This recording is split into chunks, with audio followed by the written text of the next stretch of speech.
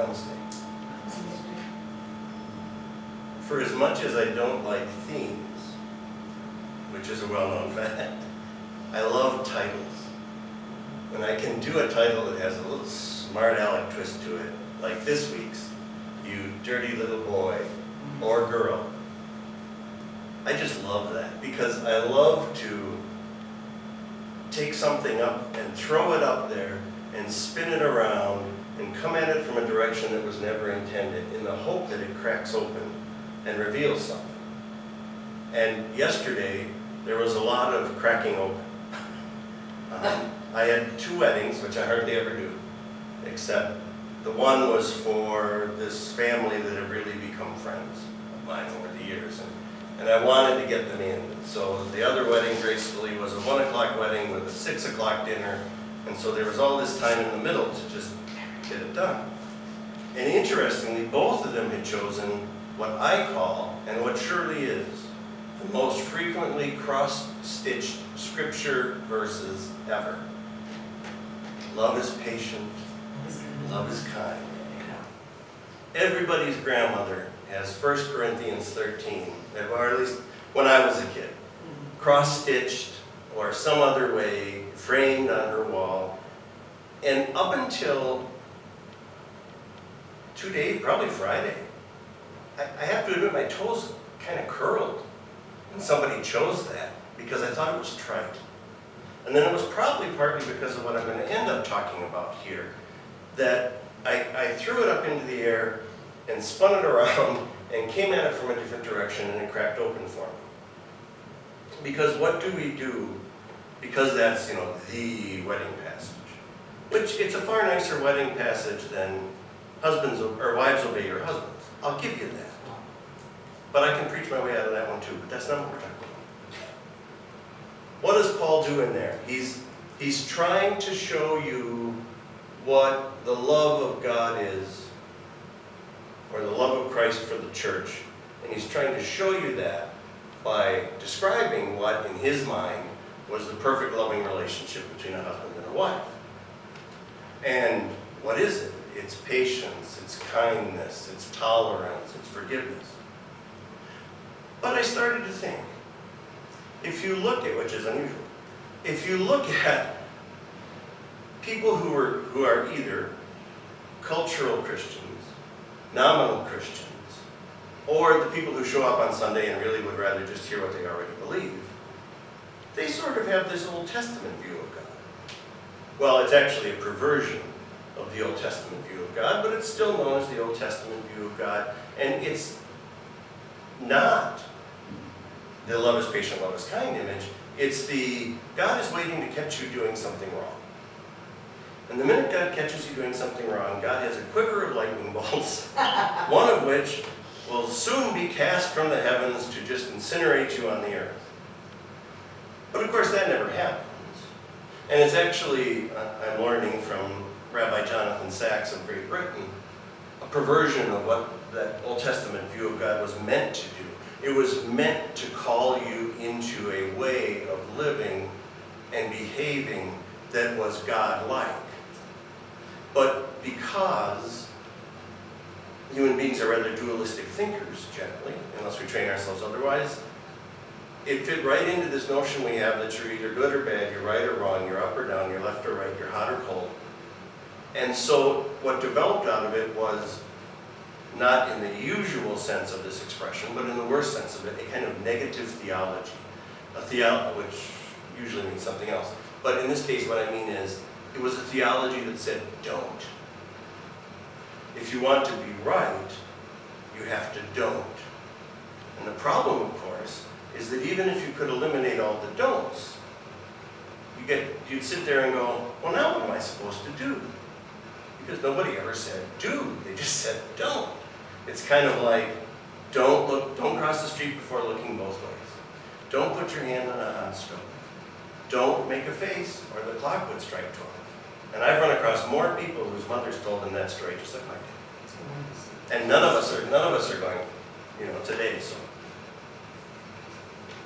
So then we have this passage from Jesus that seems, on the one hand, to be leaning towards saying it's a matter of doing. You know, it's not what the commentaries had evolved the purity code into. This long list of don't do this, don't do this, don't do this. But rather it was the things that came out of a person's, I would say out of a person's heart, that made them unclean. And remember, in Judaism, cleanliness, ritual or otherwise, was a huge thing. And there's good reason for that. When I went to the Middle East, they told us, don't eat with your left hand. Unfortunately, I'm left-handed. Now, the reason you don't eat with your left hand is because before there was soap and hand sanitizer, your left hand was the toileting hand. And so it was truly unclean.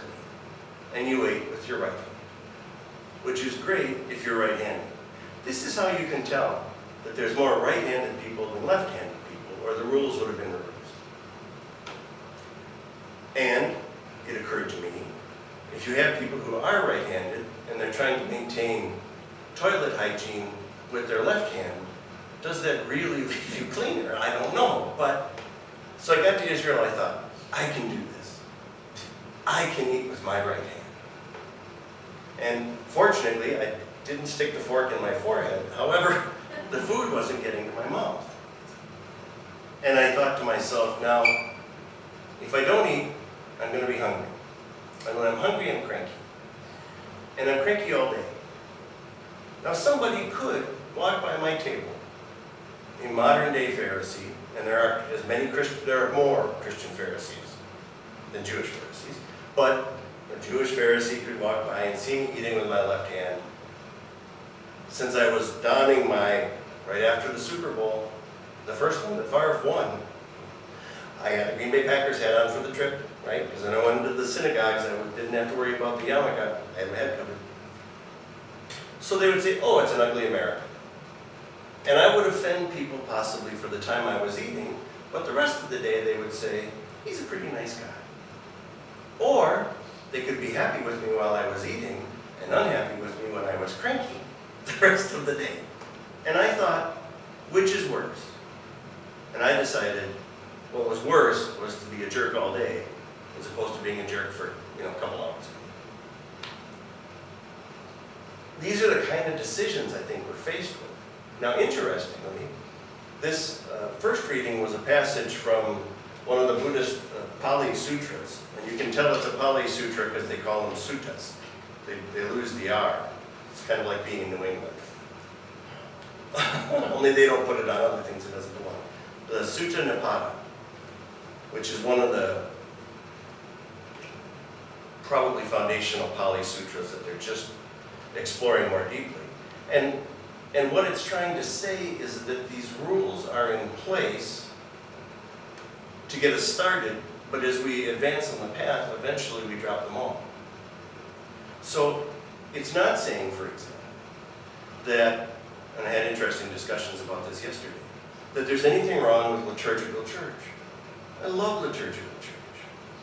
Smoke that baby up. Let's put on more vestments than any human being should be able to wear and still be able to walk upright. I like that organ to be so stops wide open that the building actually vibrates. Oh yeah, when it hits those, oh, that's just like, and you feel it come up through you. I had that happen once at the Roman Catholic Cathedral downtown, St. John. And it was at a Christmas concert. In fact, it was my friend David Barkey, who we've talked about, who just boom, and this marble structure just vibrated, and you could feel it come up through you. And for me, it was just fantastic. But if you're doing your work, your spiritual, you get to the place where you can have that, but you don't need it. You can enjoy it and not be attached to it. And that's true of every last practice, rule, tradition, garment, except maybe eating with your left hand. Eventually, they'll all fall away. And the danger in saying that is that people will start to drop them before they're ready. You know, you could come up to somebody, especially, I don't believe really in talking about enlightenment much because people start imitating enlightenment. And imitating enlightenment doesn't really work because you haven't done what you need to do to get there, so now you're just playing. And it starts to show in your behavior. And I'm not even sure there is such a thing as full-time enlightenment, but that's another discussion too. So what does it really come down to? It comes down to the rather large couple, and I'm fat, don't get me wrong. I have no delusions, but these people were big. Sitting next to us at the table at the reception. And they had, first of all, she had a walker, but didn't like to use it moving around the dining room, which is a bad idea. And so her walking looked something like, you know that dance where you kind of do this? And something like that meets Joe Cocker on drugs.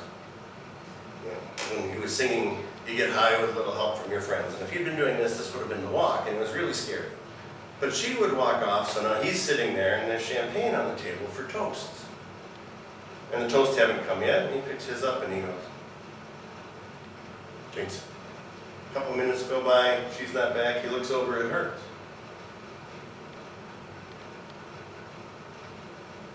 Well, she comes back, and it's time for the toast, and I'm telling you, she is some kind of angry that her champagne glass is empty, because toasts only work if it's champagne that's being consumed, which I didn't know.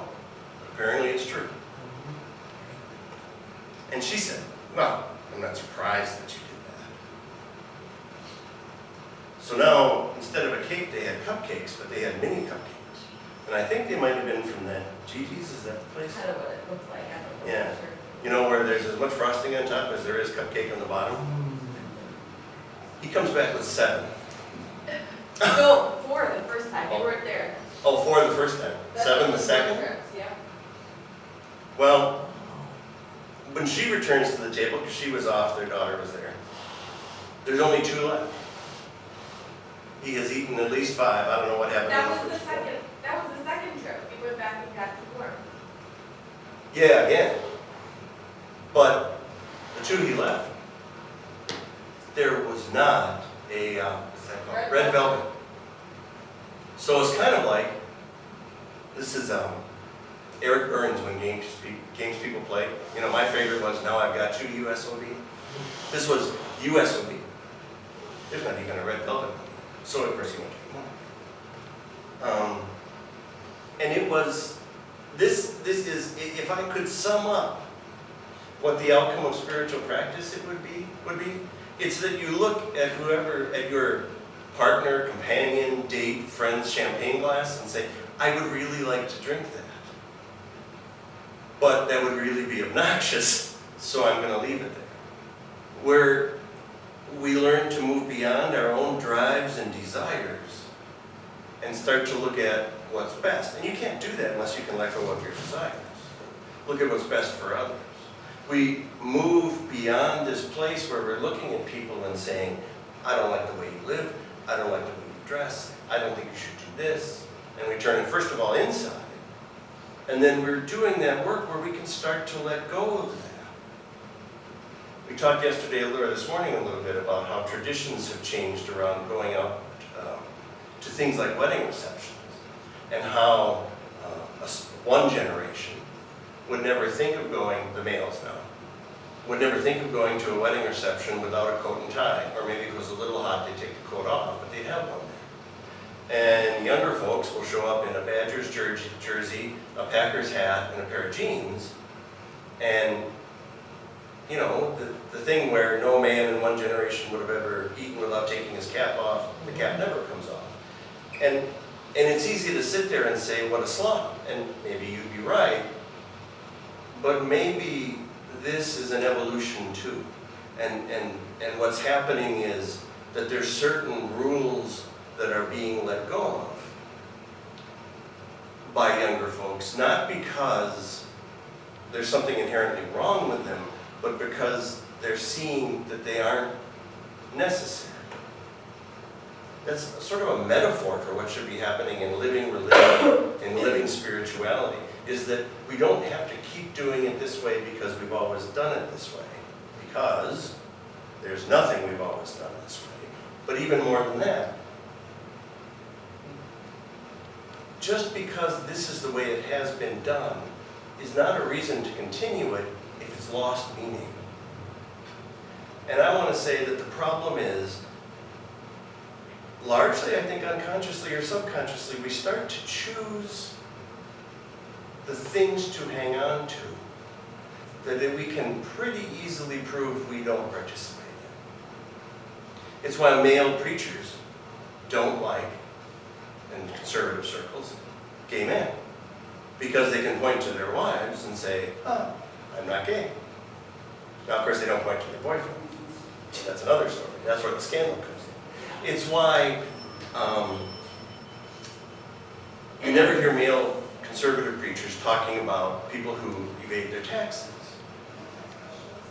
Because that might be something that causes scrutiny on their own ministry. Joel Osteen doesn't want to hear about tax scrutiny, and neither does Joyce Meyer. And all those things are really externals. And what Jesus is trying to draw us into is what comes out of our heart. And it's not a question of all or nothing. It's not a question, when he talks about sexual sins, he's not talking about sexuality. He's talking about what we might say are issues of consent, and ability to consent, and whether anybody's getting hurt or not. And yet, all or nothing thinking will make us say, no, you either can have it under this circumstance or you can't under this one, which leads to repression and things coming out behind closed doors or in parks or in places where, school playgrounds, where eventually when these things are discovered, the damage that's done is huge.